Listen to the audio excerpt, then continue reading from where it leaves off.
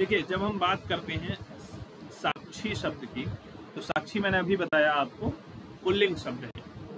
और साक्षी कैसा है यहाँ पर? विचित्र। साक्षी आई विटनेस, गवाह जिसको बोलते हैं, और वो साक्षी यहाँ पर कैसा है? बोले विचित्र है। क्या विचित्र है ये तो जब पाठ पढ़ेंगे तब देखेंगे, लेकिन पाठ से पहले उसकी भूमिका।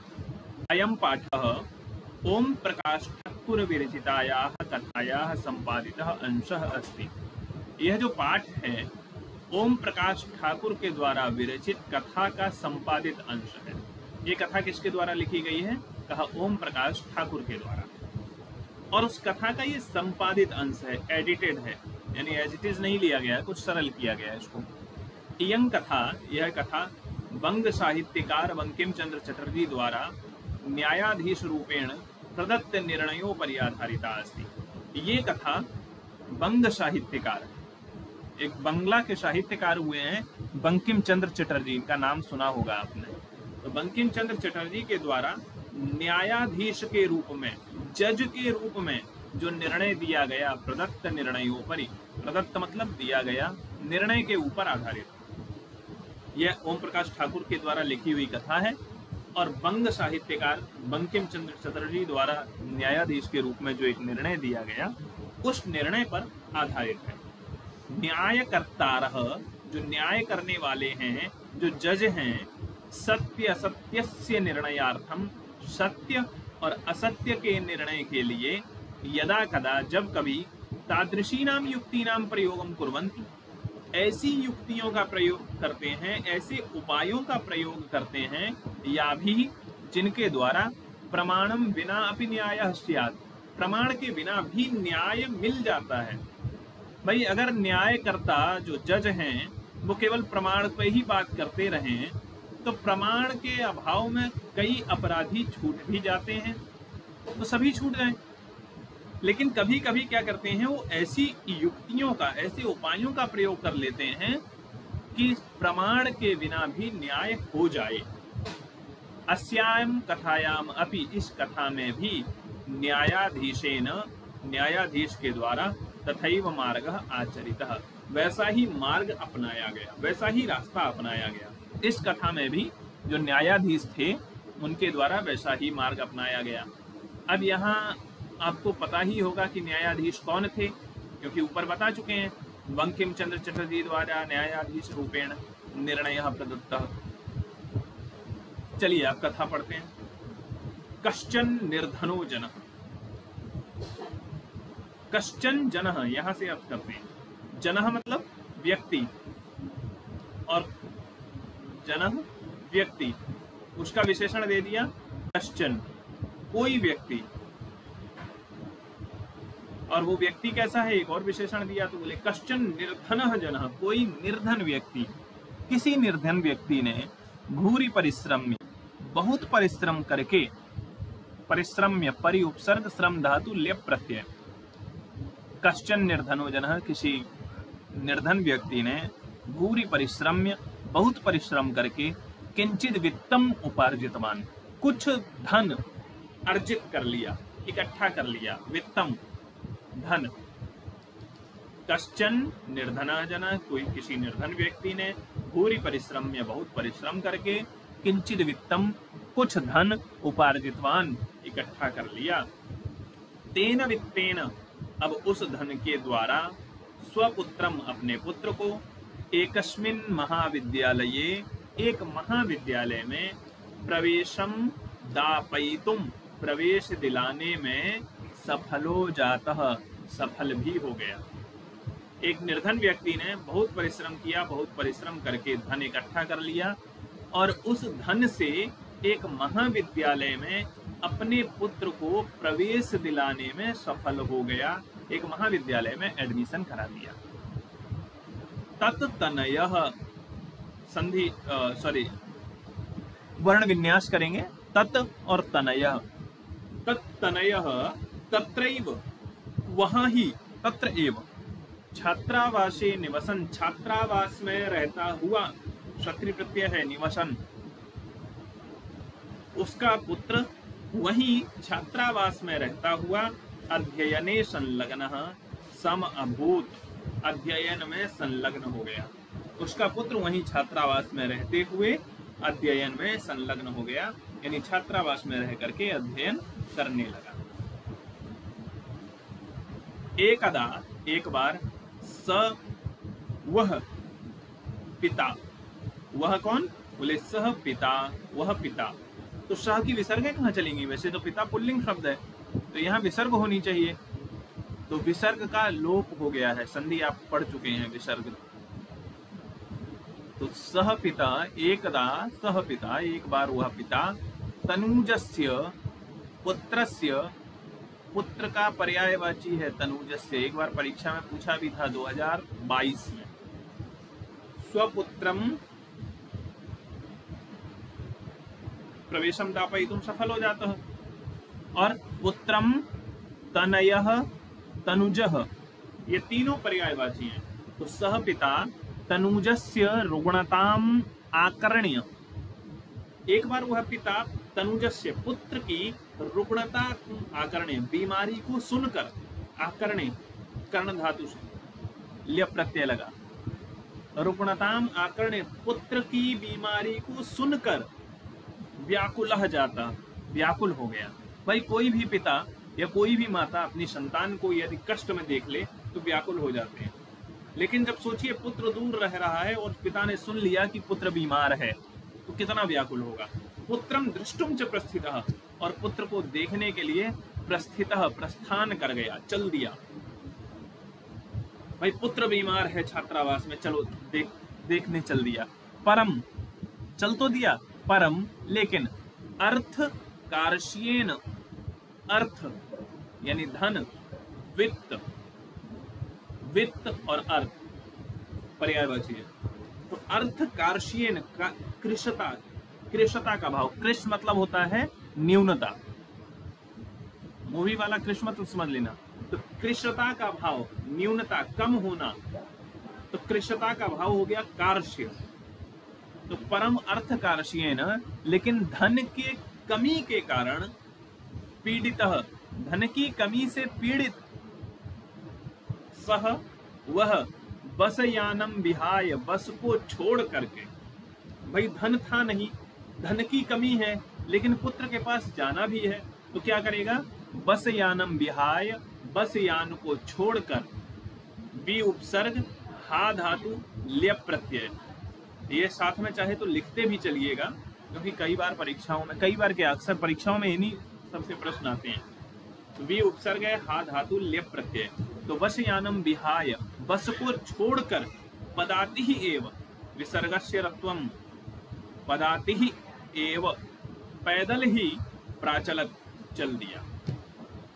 धन की कृशता से पीड़ित था, धन की कमी से पीड़ित था, बस को छोड़ करके पैदल ही चल दिया। लेकिन पैदल कितना चलेगा? पदातिक्रमेण संचलन, पैदल चलता हुआ, सायं समये अपि, शाम के समय में भी, अशौ, यह अशौ शब्द है, अदस शब्द से रूप चलते हैं, अशौ, अमु, अमी। परम पदातिक्रमेण संचलन, पैदल चलते हुए, सायं समये अपि, शाम के समय में भी, अशौ, यह, यह कौन?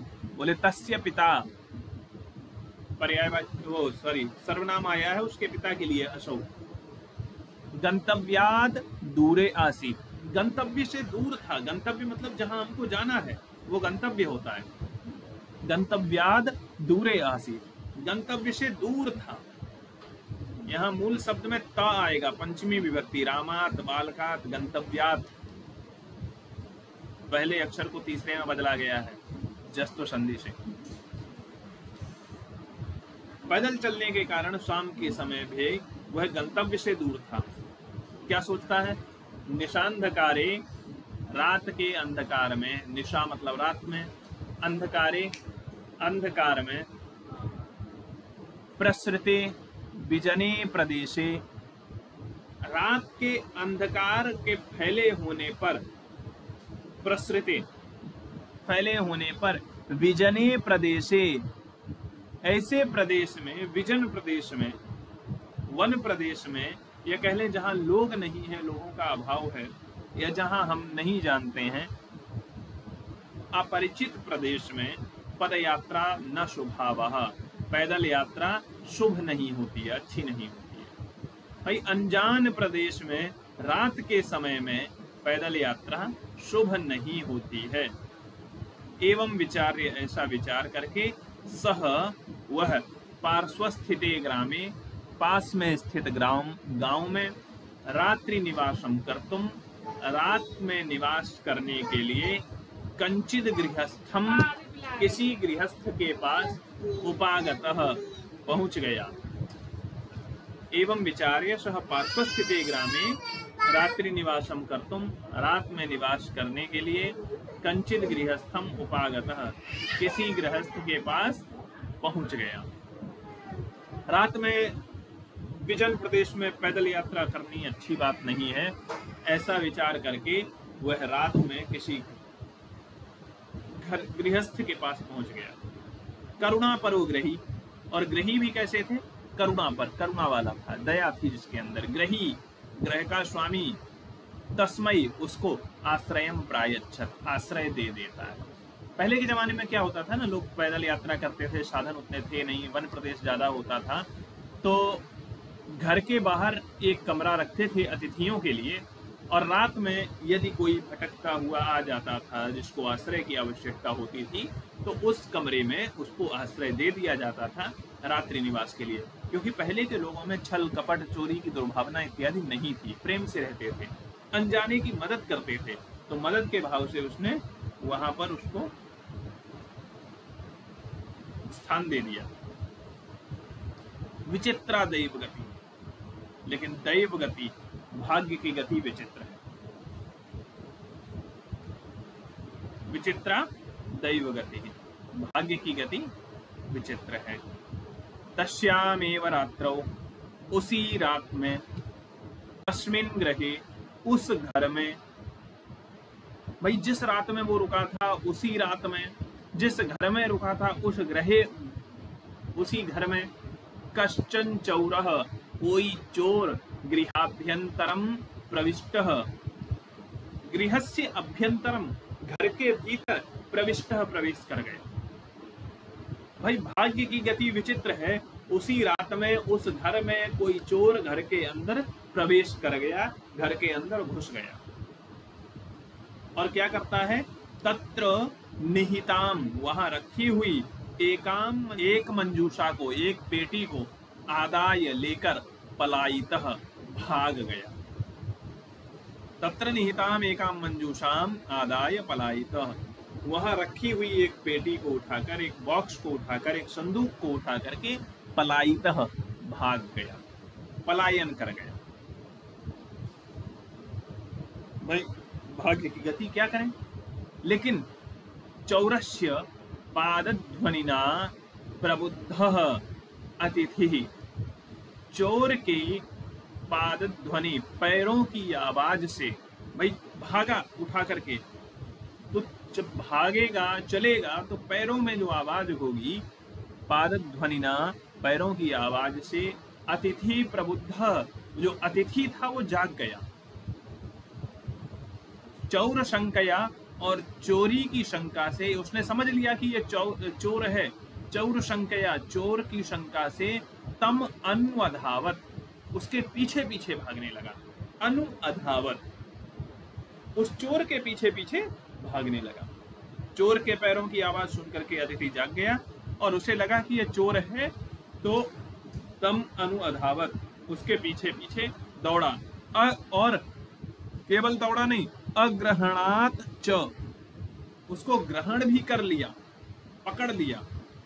अग्रहणात, जो आपको 2 बार च दिख रहा है, वो च्युत्व संधि हुई है, आपके पाठ्यक्रम में नहीं है। अग्रहणात च, अग्रहणात, उसके पीछे पीछे दौड़ा और पकड़ लिया। परम, लेकिन, तदानीमेव, उसी समय, किंचित विचित्रम अघटत, कुछ विचित्र घटित हो गया। लेकिन उसी समय कुछ विचित्र घटा, कुछ अजीब घटना घटित हो गई। क्या? कि चौरः एव उच्चैः क्रोशितुम् आरभत, चोर ही जोर से चिल्लाना शुरू कर देता है। क्रोशितुम् आरभत, चिल्लाना शुरू कर दिया। क्या चिल्लाना शुरू कर दिया? चौरोयम चौरोयम, बोले अयम चौरः, ये चोर है, ये चोर है। भाई ये अतिथि तो चोर के पीछे भागा, चोर को पकड़ लिया, लेकिन उसी समय विचित्र घटना हुई कि चोर ने ही चिल्लाना शुरू कर दिया और चोर चिल्ला रहा है अयम चौरः, ये चोर है। ये तो बड़ी अजीब घटना है कि चोर ही चिल्ला रहा है, दूसरा चोर है। तस्य तारस्वरेण प्रबुद्धाः ग्रामवासिनः, उसकी तेज आवाज से ग्रामवासिनः प्रबुद्धाः, गांव वाले जाग गए। स्वगृहात् निष्क्रम्य, अपने घरों से निकल करके तत्र अगच्छन्, वहां आए। कहां आए? जहां पर ये दोनों खड़े थे, अतिथि और चोर। अब देखिए, तत्र अगच्छन्, वहां आए। वराकम अतिथिम एव, बेचारे अतिथि को ही चौरम मत्वा, चोर मान करके अभर्त्सयन, निंदा करने लगे, धिक्कारने लगे। क्योंकि वहां क्या हुआ? चोर चिल्लाने लगा कि ये चोर है। लोग आए, जाग करके देखा और बेचारे जो अतिथि था, जो चोर को पकड़ने आया था, उसी की निंदा करने लगे, अभर्त्सयन, भर्त्सना करने लगे। जबकि ग्रामस्य आरक्षी एवं चोर आसीत, गांव का रखवाला ही चोर था। आरक्षी, सिपाही, गांव में जो सिपाही था, आरक्षी एवं वह चोर आसीत, जो आरक्षी था वही चोर था। लोगों ने इसलिए मान ली बात भाई कि भाई ये सिपाही है, गांव की रखवाली करने वाला है, इसने पकड़ा है, इसका मतलब अतिथि चोर होगा। जबकि था क्या? जो गांव का रखवाला था, गांव का आरक्षक था, गांव का सिपाही था, वही चोर था।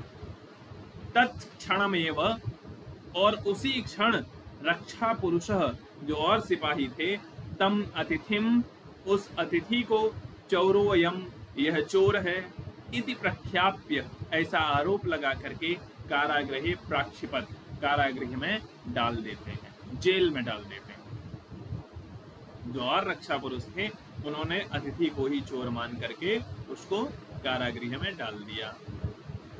अग्रिमे दिने, अगले दिन, रात में तो ये घटना हुई, अगले दिन, सा आरक्षी, वह सिपाही, चौर्य अभियोगे, चोरी के अभियोग में, अभियोग होता है मुकदमा, अगले दिन वह आरक्षी, वह जो सिपाही था, चोरी के अभियोग में तम न्यायालयम नीतवान, उसको न्यायालय में लेकर के आ गया। अगले दिन वह उसको न्यायालय में लेकर के आ गया। न्यायाधीश बंकिम चंद्र, न्यायाधीश बंकिम चंद्र थे। उभाभ्याम पृथक पृथक विवरणम श्रुतवान, दोनों का अलग अलग विवरण सुनते हैं। बंकिम चंद्र ने दोनों का अलग अलग विवरण सुना। सर्वम वृत्तम अवगत्य, और सारा वृत्तांत जान करके, सारी घटना जान करके, सह तम निर्दोषम अमन्यत, उसको निर्दोष मान लिया। इन्होंने क्या किया? दोनों से अलग अलग घटनाएं सुनी और सारा वृत्तांत समझ गए। तम निर्दोषम अमन्यत, तम यानी अतिथिम, उस अतिथि को उन्होंने निर्दोष मान लिया। और आरक्षिणम च दोषभाजनम, और जो आरक्षण था, जो सिपाही था, उसको दोषी मान लिया। लेकिन मानने से बात थोड़ी ना चलती है। निर्णायक कह दे कि भाई हमने माना इसलिए, तो ये तो नहीं चलना चाहिए।